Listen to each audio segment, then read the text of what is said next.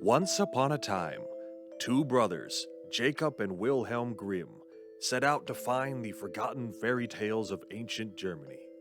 After many years of searching and listening and collecting, they finally revealed their first copy of Grimm's Fairy Tales, the greatest collection of folklore the world has ever known. What you are about to hear are stories from the very first edition, unaltered, unedited, written down as the brothers heard them. A warning: some of these stories contain violence and horror left out of later versions and may not be suitable for children or the faint of heart. Without further ado, Town Hall Library presents Grimm Tales.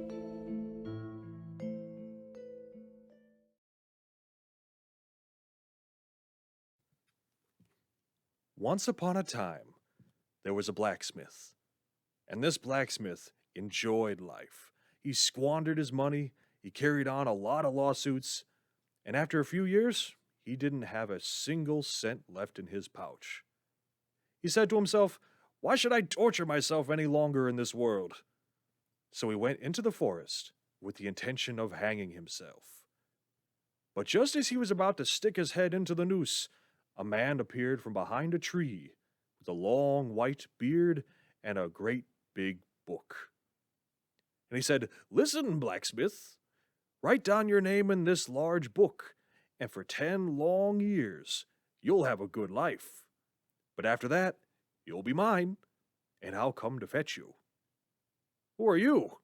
said the blacksmith. "Why, I'm the devil." "Well, what can you do?" said the blacksmith. "Why, I can make myself as tall as a fir tree and as small as a mouse." "Well, then show me," said the blacksmith. "Seeing's believing." Thereupon, the devil made himself as tall as a fir tree and as small as a mouse. "That's good," said the blacksmith. "Give me that book, and I'll write down my name." After the blacksmith had signed his name, the devil told him, "Now, just go home. You'll find your chests and boxes filled to the brim. And since you've not made much of a fuss, I'll also come to visit you once during the 10 years. So the blacksmith went home, and there he found all of his pockets, his boxes, and his chests filled with gold coins. And no matter how much he took from them, they never became empty or even reduced in the least. And so he began his merry life again, invited his friends to join him, and he was the happiest man in the whole world. After a few years had passed, the devil stopped by, as promised, to see how things were going. On his departure, he gave the blacksmith a leather sack and told him that whoever jumped into this sack would not be able to get out again until the blacksmith himself took him out. And indeed, the blacksmith had a lot of fun with it. When the 10 years were over, however, the devil returned, and he told him, "Time's up. Now you're mine. Get ready for your trip." "All right," said the blacksmith, who swung his leather sack over his back, and away he went with the devil. When they came to the place in the woods where the blacksmith had tried to hang himself, he turned and told the devil, "I want to make sure that you're really the devil. Make yourself as big as a fir tree and as small as a mouse again." The devil was ready and performed his feat, but just as he had changed himself into a mouse, the blacksmith grabbed him and stuck him into the sack. Then the blacksmith took a stick from a nearby tree, threw the sack on the ground, and began beating the devil, who screamed pitifully and ran back and forth inside the sack, and yet it was all in vain. He couldn't get out. Finally, the blacksmith said, "I'll let you go if you give me that sheet from the large book, the one I wrote my name on." The devil refused at first, but eventually he had to give in. The sheet was ripped out of the book, and the devil went back to hell, irritated that he had let himself be duped and beaten by a mere mortal. Meanwhile, the blacksmith went home to his smithy and continued to live as happily as God's will. Finally, he became old and sick, and when he realized that death was near, he ordered 2 long nails and a hammer to be put into his coffin. It was done just as he had said, and after he died, he approached heaven's gate and knocked. However, St. Peter refused to open the gate because the blacksmith had lived in league with the devil. When the blacksmith heard that, he turned around and he went to hell. But the devil wouldn't let him enter either, for he had no desire to have the blacksmith in hell, where he would only make a spectacle of himself.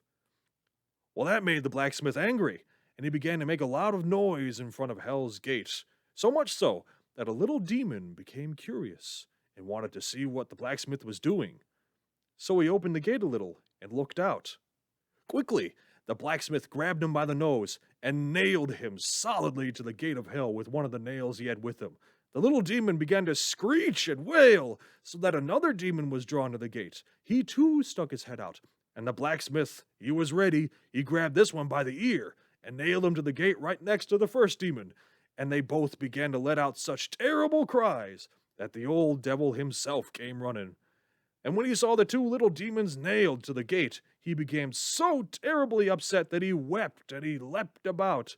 He ran up to heaven to God, and once he told the Lord that he had to admit the blacksmith into heaven. There was nothing anyone could do to stop him, the devil said.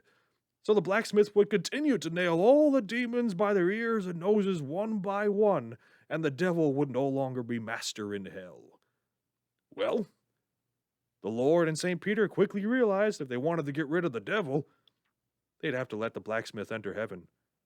So now the blacksmith sits in heaven, nice and peaceful. Don't know what happened to the two little demons, though. The story of the blacksmith and the devil is said to be one of the oldest folk tales in Europe.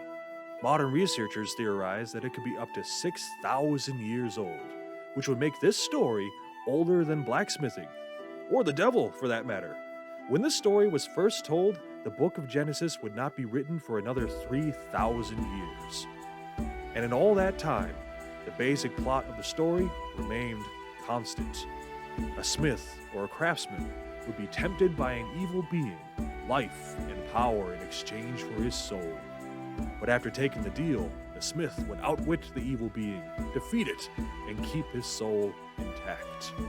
And over the ages, the craftsman would evolve from a simple craftsman to a coppersmith, bronzesmith, and eventually blacksmith.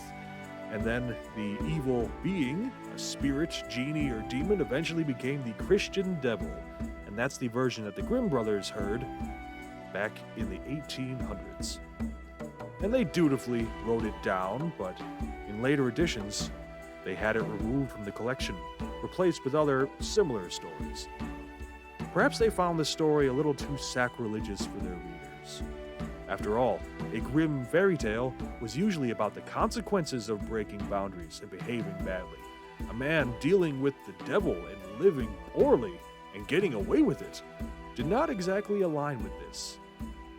But then again, the Grimm brothers could not have known at the time that they were throwing away a story that was older than the pyramids and Stonehenge, and was told and retold throughout Europe while woolly mammoths were still walking the earth.